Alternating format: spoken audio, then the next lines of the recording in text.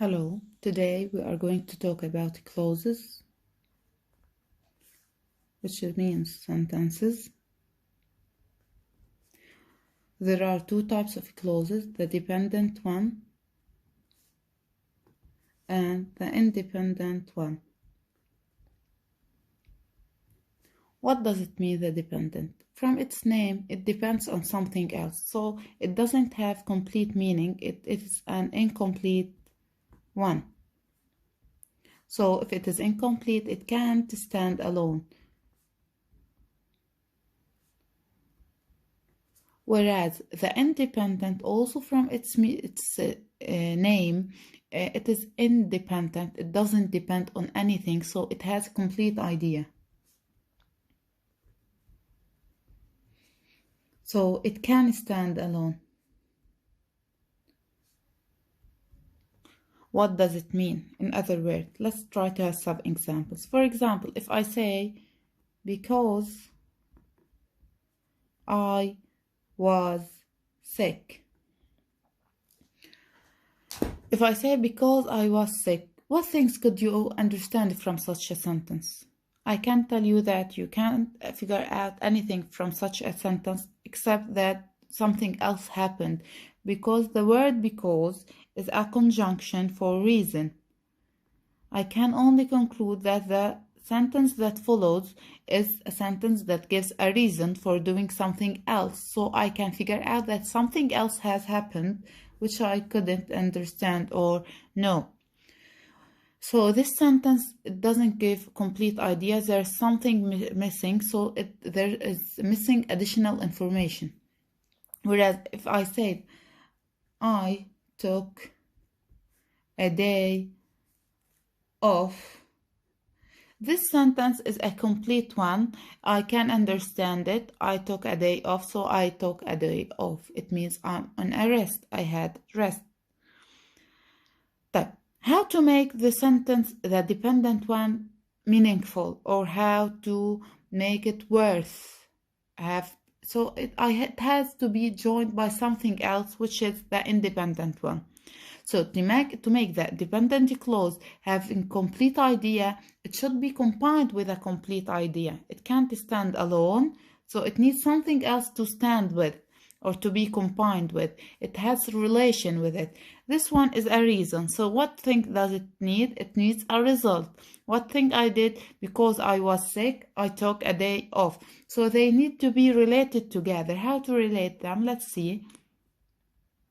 Because I was sick, comma, I took a day off. In this way, the sentence is meaningful and I can understand it, and it has a relation within each other. So the first one is a reason and the second is a result. So the adverb clause or the dependent clause with the independent clause, they have relation within each other. Either they are reason or result, cause and effect. For example, there may be some sort of time is given, or place, or contrast, or whatever. Let's have another example. Although I was sick. The word also shows some contrast in my action. Although I was sick, yeah, what happened? I couldn't understand it alone, so it needs something else to give the idea, to complete or to clarify the idea. What happened? Although you were sick, although I was sick, comma, I came to school.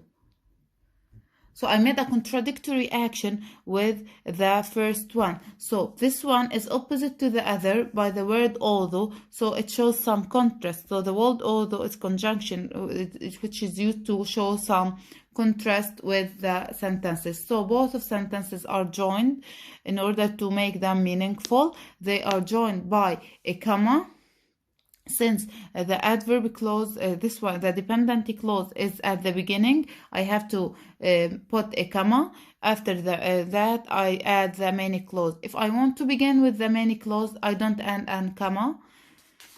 Let's see how it means. For example, I took a day off because I was sick. So in this case, if I begin with the many clause, I shouldn't insert a comma. So this one is the many clause, and that one is the dependent one.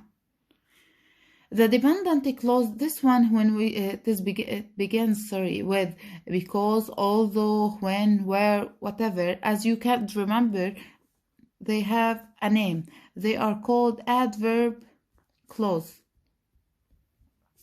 okay, or subordinate clause. Now we are going to talk deeply about the dependent clause types. There is not one type, there are more than one type of dependent clause. We are going to clarify them now. The dependent clause is of two types: subordinate, or in other words, as we have learned before, it is called the adverb clause. And the second type we are going to learn for today is the adjective clause, or in other words, it's called relative clause. As we have learned before, adverb clause or subordinate clause gives additional information about something. Either gives time of doing something, place of where we did something, result, contrast, etc. The examples that we have just explained in the dependent independent are about subordinate clause. Now let's come to our lesson.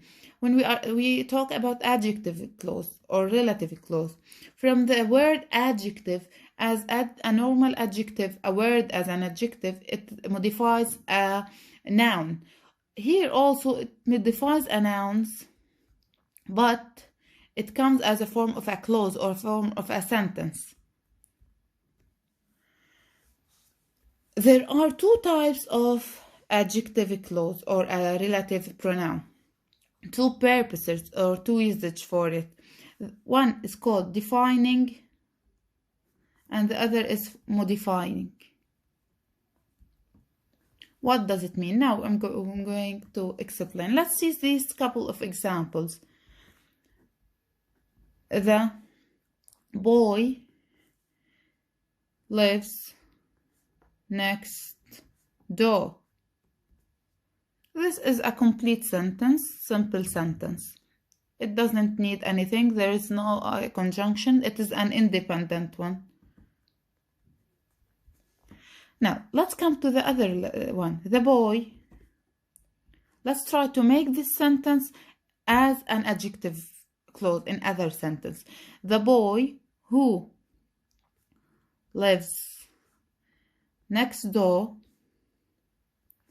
is my pal. Here, the word, the sentence or the part lives next door with who got a new job. The clause is modifying which boy I'm talking about. So it refers to the boy. So it is called relative clause. The word relative, it means reference. It is related to other things, which is mainly a noun that is directly followed by that directly follows. Number 3, let's see, Malik,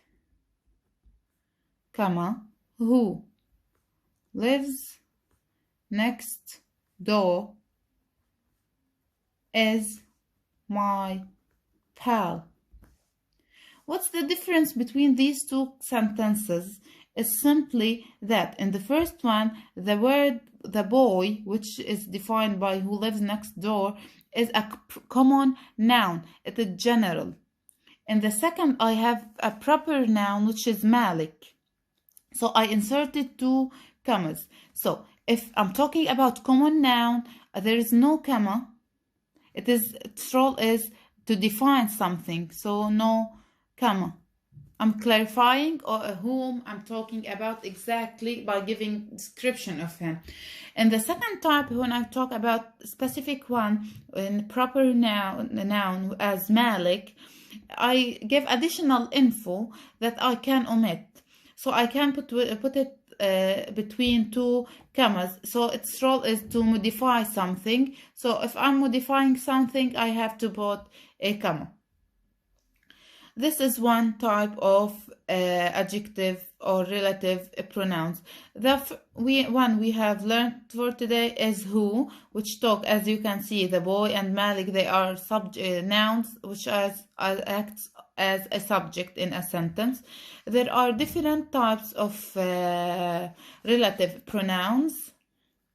Today, now we are going to talk about the different types. Number one, as we have just mentioned, is the word who, which is used for subjects. Number two is whom, if the one I'm talking about acts as an object. Now, as a whom for object, as the boss whom I like to visit is very generous.